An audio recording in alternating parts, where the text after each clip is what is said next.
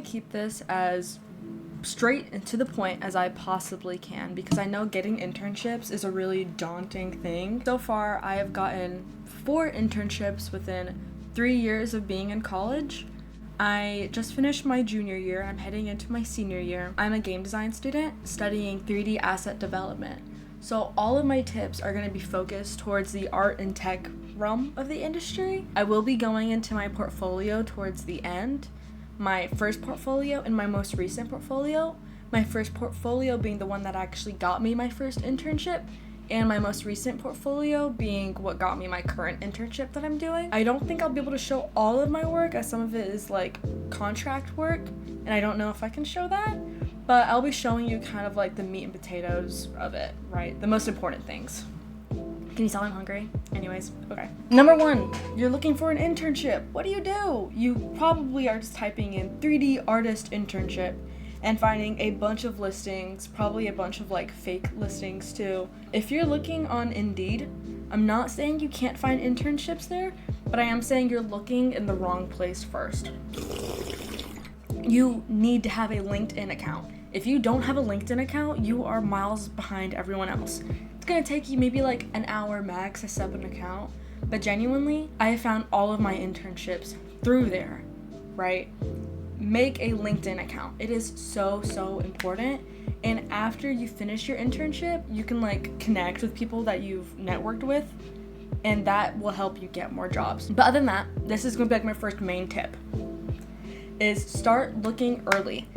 If you're looking for a summer internship and you start looking in like March, you are too late. I know that sounds super duper early because booper duper. Booper duper. August, you're starting your semester, and then September is right there. It's really early, but trust me, just start looking, because a lot of these places, they will announce their internships in December, and then in like January, February, they start doing the application process, which sometimes can only be like 3 weeks long. And if you miss that, you're out of the running. I know my first internship, I applied for it, and I want to say like November, and I heard back in January, and I got the position in March, right?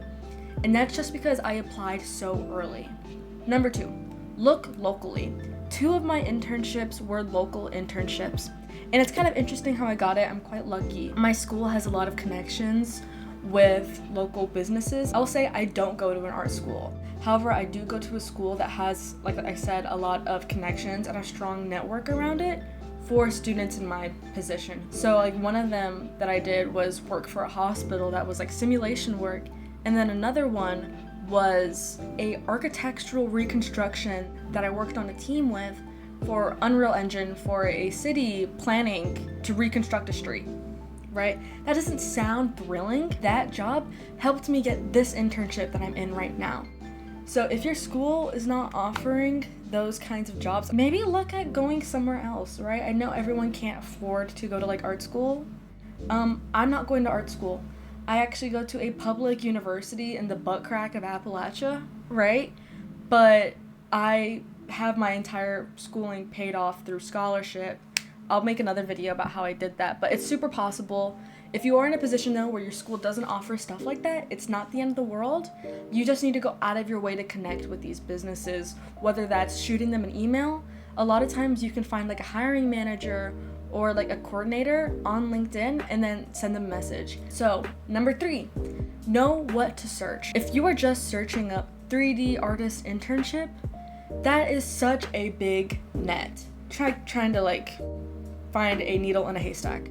I would rather find that needle in a tiny haystack than a large haystack.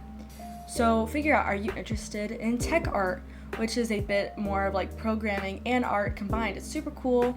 Are you interested in simulation or even something like VDC? I think it's called VDC, but like architectural reconstructions or visualizations is a huge market, and it's a very like safe career path. This is constructing homes in Unreal Engine so that these companies can show them off, or even like 3D. This is gonna sound dumb, right? But try looking up 3D design intern, because if you do that, you're gonna get a lot more marketing internships, and you're just looking for a different crowd.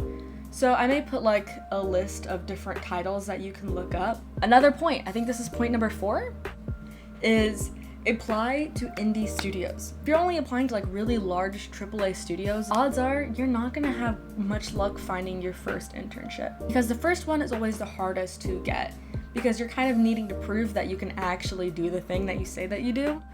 But once you get that first internship, it's just kind of like social proof. It's like, hey, I was accepted here, showing that I can do this and I can work with a team. And if you apply to indie studios, you have such a better chance of getting those. Especially if, let's say, you can't drive. A lot of those indie studios will offer remote internships.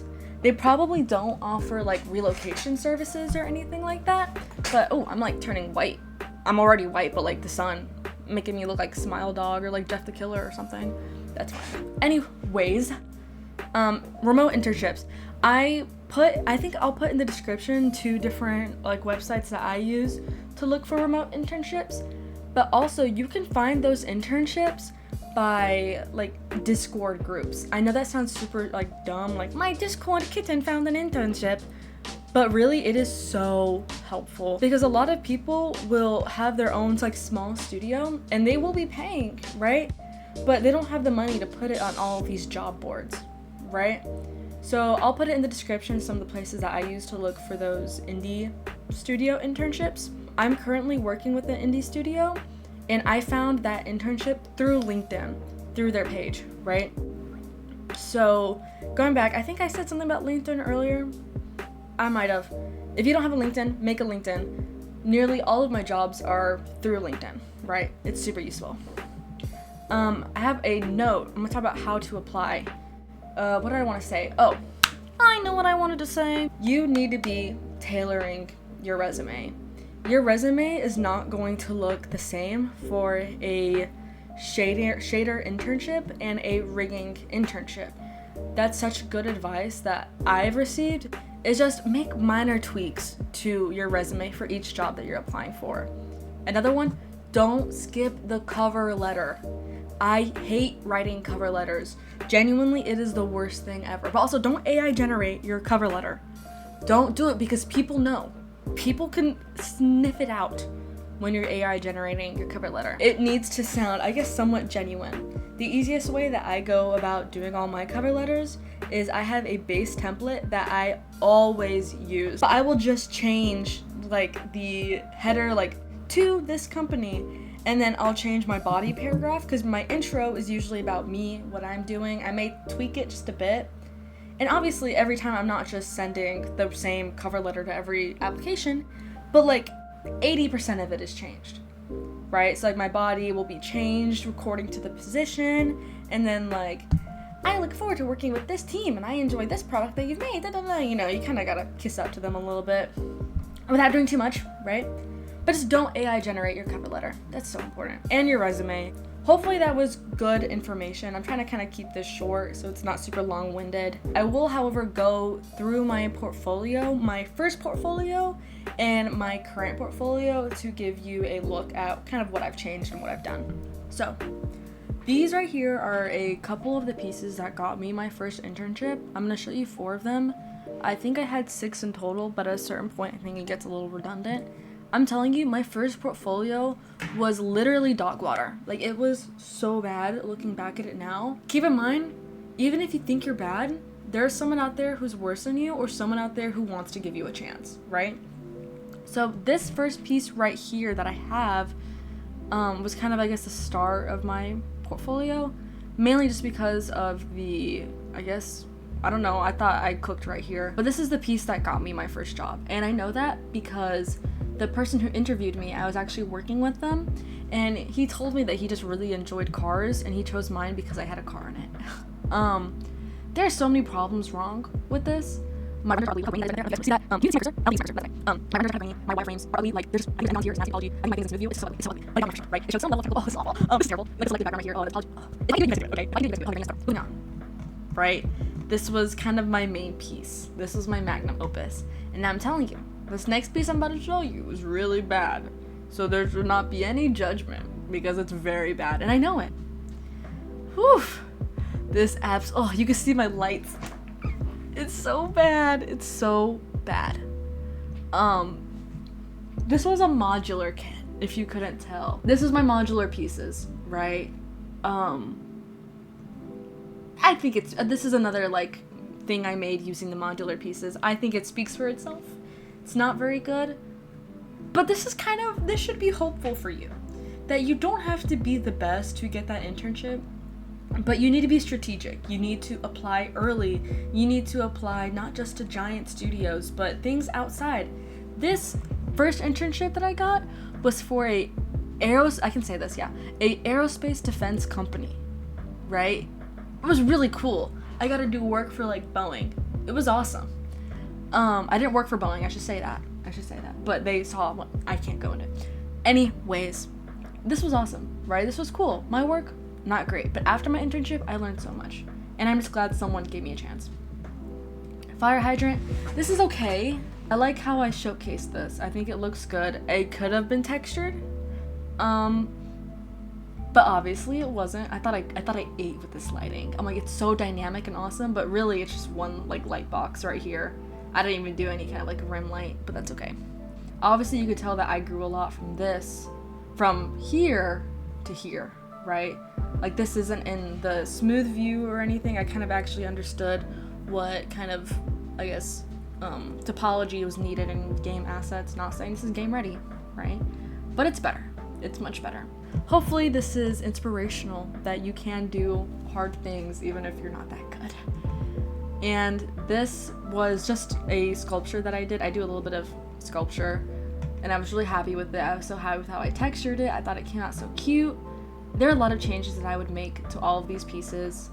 One, like, showing some more, of my progress, technical ability, right? But for someone who was just finishing up, what year? I applied using my 1 semester of sophomore work, right? And I got the internship. This was a sketch I did. I also do some 2D art, but that's not my focus. So I hope that is somewhat inspiring, that if I was this doo-doo poo-poo, if you're better, you can find something. And now I'm going to show you my portfolio that got me my most recent internship.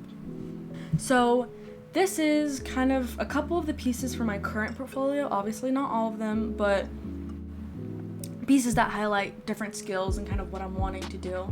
Let me say that these assets, these forest tree assets, they're so beautiful. I did not make these.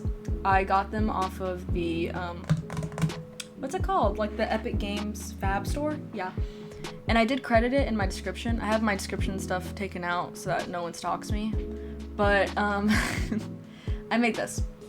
I made this in 4 days, and it's completely, I guess, I hate saying completely original because it's just like a tower, right? But I did the concepts, everything. I did all of the textures for it, and it's a modular asset. So I wanted to show different ways that you could stack this, right? Different ways that you could use it. All these pieces pop off. You can see that right over here. And they click together really well in Unreal. And my goal with this piece was to show what I was interested in. I love making materials. It is probably my favorite thing in the whole like game development Bible. Materials are my favorite thing to do. Some of you may be like, I can't tell because it looks like crap, but anyways, I don't care. I care a little bit. Anyways, I made this in 4 days, and obviously in my description I talked about my process. These are just the wireframes. This was me showing my Substance Designer networks. See how it's more so showing a lot more of like the technical knowledge of how it is? And I just threw this in Unreal. You can tell it's not perfect, right? But whenever it's used the way that it is intended, and it's super low poly, let me say, like, come on now. People are probably like, oh, I can make it lower. And you can, but 4 days, guys, 4 days. This is my first kind of like big piece. This is another one. Someone said that my render is a little ugly. I need to fix that. Anyways, someone said that it looks like a bunker. This is my dorm room. I have a huge dorm room, and I decided to model it and try to make it look as realistic to what it is. And you can tell I did not want to take the time and make a zoo, so I just did this. May not be the best decision, but it is the one that I went with. and I UV'd and textured everything. All of this sits on 4 different materials because I think it's only 3 different materials because I used different like texture atlases and techniques like that. And there's so many ways that you can instantly elevate this, like redoing my render, stuff like that, right? But I think my goal was just to push it out and move on to the next thing. My opal material, this is just kind of showing that I understand the technical side of it. Maybe my node network is a little messy, but it's a custom material. I just wanted to show, hey, I could do this. And in my portfolio, I have a couple other examples of this, but I didn't find it completely necessary to show all those. I was gonna show something else, but I'm not sure if I can show that because it's client related. So hopefully this is enough information without outing any of my work or getting in trouble. So that is a look at some of my work. Hopefully that gave you kind of a gist of what you should be aiming for.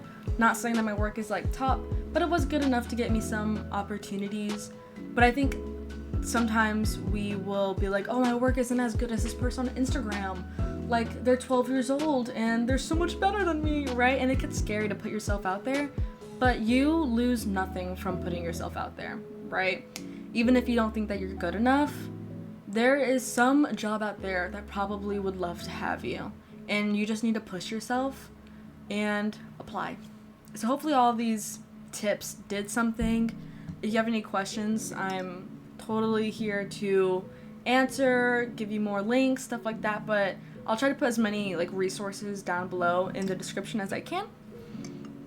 Yeah, and I hope you have a good day and good luck on the looking for jobs thing. Bye.